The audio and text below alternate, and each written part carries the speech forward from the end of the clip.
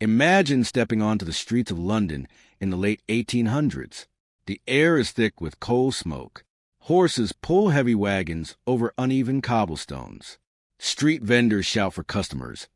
Factory whistles echo through the city, and thousands of people squeeze through narrow roads, each trying to earn enough to survive another day. This was Victorian London, the largest city on Earth. During Queen Victoria's reign, London's population exploded from just over 1 million to more than 6 million people. It was the beating heart of the British Empire, a city overflowing with wealth, innovation, and ambition. But beneath its magnificent buildings and growing prosperity lay another London, one filled with overcrowded slums, exhausting labor, and relentless poverty. No one understood this world better than Charles Dickens.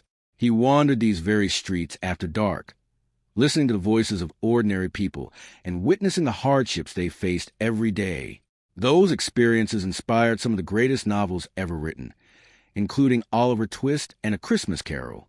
Yet the London Dickens described was not an exaggerated fantasy. It was real. This was a city where luxury and misery existed side by side, where breathtaking progress came at an enormous human cost, a place where hope and hardship walked the same streets, shaping what will become the modern world. Welcome to Storium, where we breathe new life into historic photographs, bringing forgotten moments back into the present and uncovering the stories of the people who lived them. Today, we're stepping into the streets of Victorian London. Picture London at the height of the British Empire. Towering public buildings, elegant townhouses, and royal palaces stood as symbols of Britain's global power. But just beyond these grand landmarks, another world unfolded, one where countless families fought every single day simply to survive. Throughout the 19th century, London transformed at an astonishing pace. It became the largest city in the world and the center of a vast empire stretching across the globe. Its population rose from just over 1 million in 1801 to 5.5 million by 1891. Only 6 years later, Greater London had grown to an incredible 6.3 million people. To put that into perspective, by the 1860s, London was already 1/4 larger than Beijing, 2/3 larger than Paris, and nearly 5 times the size of New York City. No other city on Earth matched its scale, influence, or relentless energy. One man devoted himself to documenting this extraordinary city unlike anyone before him.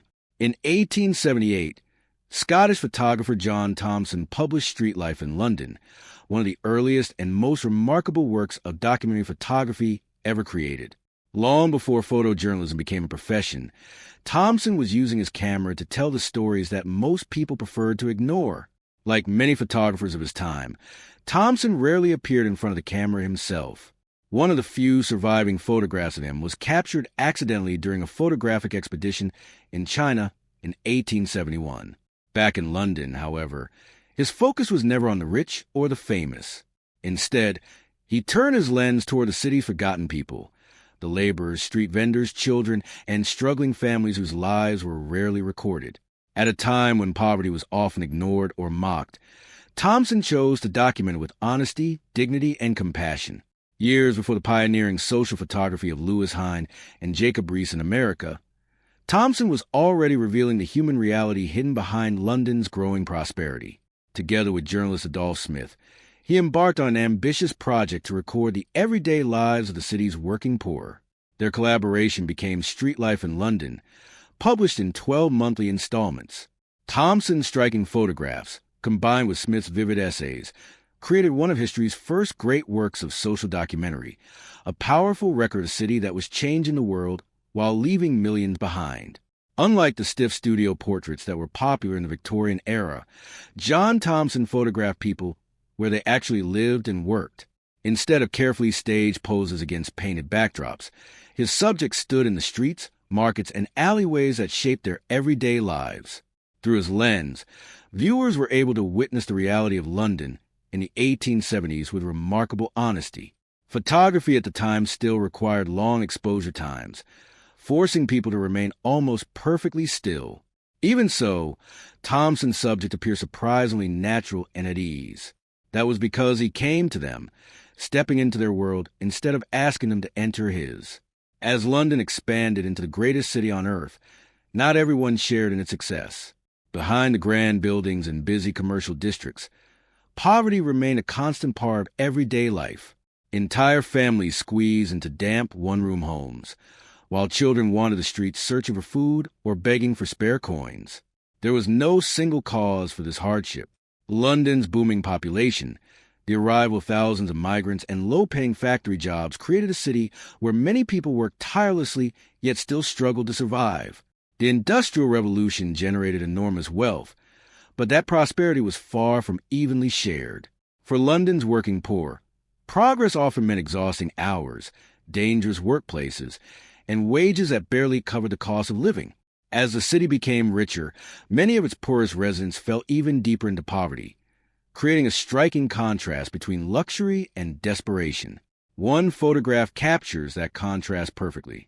A young mother pushes a homemade baby carriage built from scraps of wood and an old sugar box. The box once carried Tate and Lyle's sugar, imported from plantations in the Caribbean and South America, where sugar production had long depended on the labor of enslaved people. Even an ordinary object like a child's pram carried a hidden story of Britain's global empire. Everywhere Thompson looked, people were working. One photograph shows a water cart driver making his slow journey through London's dusty streets. His task was simple but essential. By sprinkling water across the roads, he kept thick clouds of dust from rising into the air, making the streets cleaner and easier to travel. On another narrow street, an Italian boy gently plays a harp while curious neighbors gather to listen. Immigrant musicians like him filled London's courtyards with music, earning a few coins from generous passers-by. Some residents considered performances little more than noisy interruptions. But for many children, these wandering musicians provided the first live music they had ever heard. As the melodies faded, another sound took over, the voices of London's street traders. Standing beside her horse-drawn cart, a coster woman proudly sells fresh fruit and vegetables. Vendors like her were a familiar sight across the city, bringing produce directly to people's doors. Their distinctive calls echoed to the streets alongside church bells, wagon wheels, and the constant rumble of the city itself. Most traders owned very little. Without permanent shops or large amounts of money, they turned hand carts, barrows, and even street corners into small businesses. They sold whatever they could, hoping to earn enough to feed themselves and their families. For many women, especially those raising children, street trading was never a career choice. It was simply the only way to survive. Food sellers played an equally important role in keeping London alive. Oysters and whelks were among the cheapest foods available to working families, sold from barrows and roadside stalls throughout the city. A penny could buy enough shellfish to satisfy an empty stomach, while dishes like beef and oyster pie became favorites among ordinary Londoners. For thousands of people, these humble shellfish provided one of the few affordable sources of protein. Yet the same stalls also served the wealthy. Well-dressed gentlemen in top hats stopped to buy fresh fish from the very same vendors who served the poor. The difference was not the food they bought, but the ease with which they could afford it. The young boys selling the fish, meanwhile, could not even afford something as basic as a pair of shoes. The streets supplied far more than food. Second-hand clothing shops, like those in the district of St. Giles, offered worn garments at prices struggling families could actually afford. For many Londoners, buying new clothes was simply out of the question. Every coat, every apron, and every child's dress had already belonged to someone else. They were patched, repaired, handed down, and sold again, sometimes passing through several owners before finally wearing out. In a city where money was scarce, nothing useful was ever wasted. The same story could be seen inside people's homes. Furniture and everyday household goods were rarely bought new. In London's poorest neighborhoods, where even the simplest possessions were beyond most families' means, second-hand markets flourished. Shop fronts spilled onto the pavements, piled high with worn chairs, battered tables, and bundles of old clothing. Almost everything had belonged to someone else before finding a new owner. In a city where money was scarce, nothing useful was allowed to go to waste. One photograph captures the aftermath of the River Thames bursting its banks. The surrounding streets disappeared beneath floodwater, turning daily life into another struggle for survival. For the families who lived here, floods were far more than an inconvenience. They ruined the few possessions people owned, damaged already fragile homes, and left behind filthy water that carried the constant threat of disease. Yet even in moments like these, life refused to stand still. Neighbors gathered to help one another. Children watched the unfolding scene with quiet curiosity, and mothers held their children close as another challenge became part of everyday life in Victorian London. Transportation was changing the city as well. The hansom cab was a Victorian equivalent of a taxi, fast, practical, and perfectly suited to London's crowded streets. High above the traffic, cab drivers sat with reins in hand, patiently waiting for passengers or chatting with pedestrians as they passed. For thousands of cabmen, it was a demanding but dependable profession, carrying Londoners across the ever-expanding city long before the arrival of motor cars silenced the steady rhythm of horses' hooves on cobblestones. Not every street worker transported people. Some earned their living through skilled craftsmanship. The neighborhood locksmith was one of them, working from a simple stall on the pavement. He displayed locks, keys, tools, and spare parts while repairing broken hardware right before his customers' eyes. When replacing a lock was beyond a family's budget, men like him became indispensable, relying on little more than a workbench, a vice, and years of experience to keep homes safe and secure. Among the bustle of London streets, quiet professions also played an important role. Signwriters patiently painted every letter by hand, transforming plain wooden boards into eye-catching advertisements. Before electric signs and printed billboards, a beautifully painted sign could mean the difference between attracting customers or being overlooked entirely. Once the signs were finished, another group of workers took over. Known as boardmen, they walked the streets wearing large advertising boards strapped to their bodies while handing out flyers to anyone willing to take one. It was exhausting work, often looked down upon by others, and among the lowest paid jobs in London's street economy. Yet for many men with few opportunities, it provided a way to earn an honest living. Few occupations were as dangerous as that of the chimney sweep. Armed with brushes, rods, and simple tools, chimney sweeps climbed rooftops and cleaned the soot from London's countless chimneys. Many employed young boys who were small enough to crawl through the narrow flues, exposing them to dangerous conditions from an early age. The work was filthy, exhausting, and often life-threatening. Yet for many struggling families, it was the only source of income they had. On busy street corners, another familiar sight was the bootblack, armed with brushes and polish. These boys offered to shine the shoes of passing gentlemen for just a few pennies. The young boy in this photograph was likely working without a license, since even the right to polish boots required an annual fee that many could never afford. Every customer meant another meal, and every polished shoe helped keep hunger at bay for one more day. Flowers brought a rare splash of color to London's smoky streets. Flower sellers stood patiently with baskets overflowing with fresh blooms gathered before sunrise. Many returned to the same street corner every single day, and when they grew too old to continue, their daughters often stepped into their place, carrying on a trade that had supported families for generations. Those flowers began their journey at Covent Garden, London's famous wholesale flower market. Long before dawn, traders filled enormous baskets with fresh blossoms before carrying them across the city on their backs and shoulders. From there, flowers spread into every neighborhood, adding moments of beauty to even the poorest streets. Photography itself was becoming part of everyday life. On Clapham Common, a street photographer carefully sets up his camera, preparing to capture a family's portrait. For only a few pennies, ordinary working people could own something that had once been reserved for the wealthy, a photograph of themselves. These open-air photographers made portrait photography accessible to thousands of Londoners who otherwise could never have afforded such a luxury. John Thompson also photographed one of the many self-proclaimed street doctors who wandered London's neighborhoods, selling cough remedies and lozenges from door to door. Most of these medicines contained little more than sugar and peppermint, but they were marketed as miracle cures capable of treating illness and preventing disease. In an age before modern healthcare was widely available, desperate customers were often willing to believe almost any promise of relief.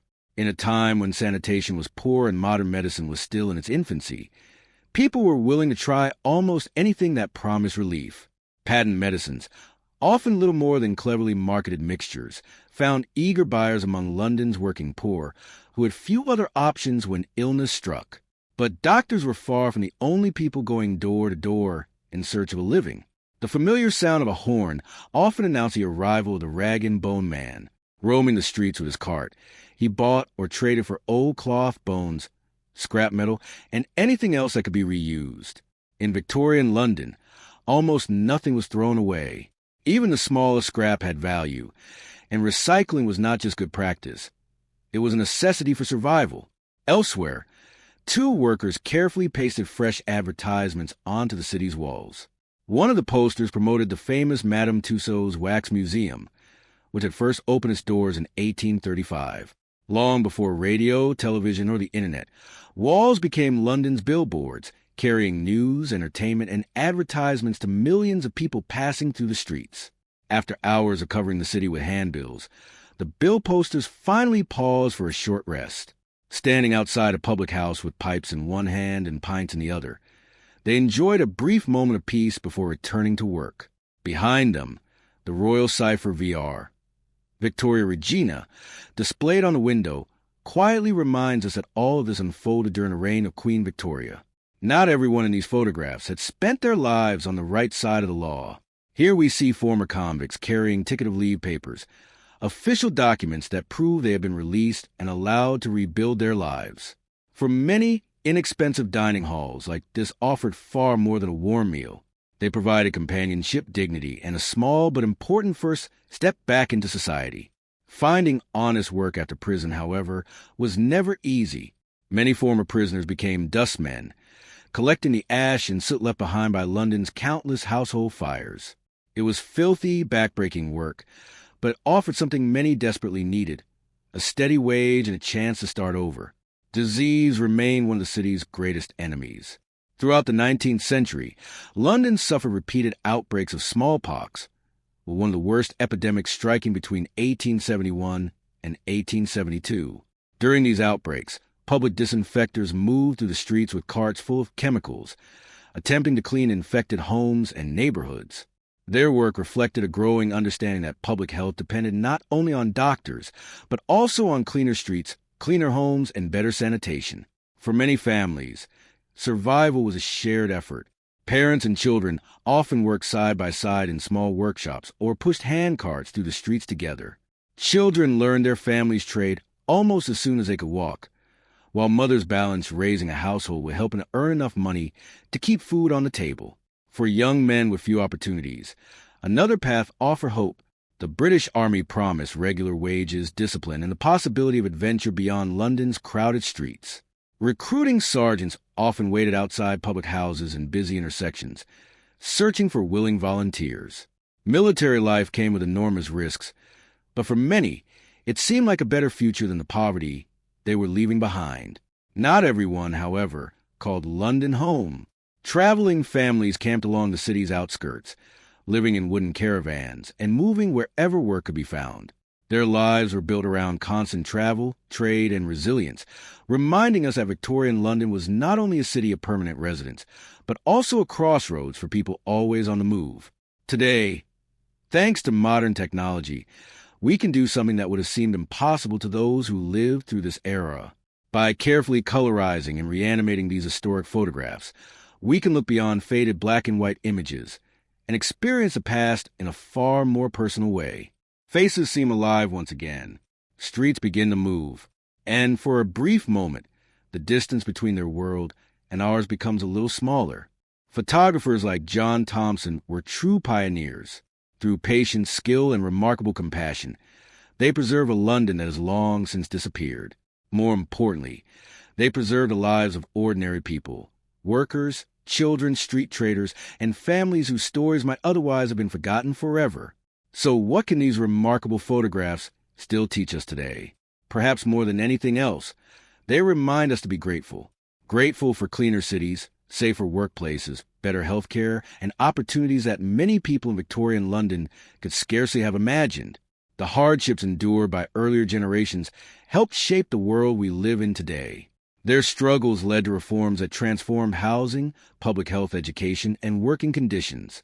Without those hard-earned lessons, overcrowded slums, child labor, and dangerous workplaces might still be accepted as part of everyday life. We have just walked the streets of Victorian London to the eyes of those who live there, a world filled with hardship, resilience, determination, and hope. It is a remarkable chapter of history, and one that should never, ever be forgotten.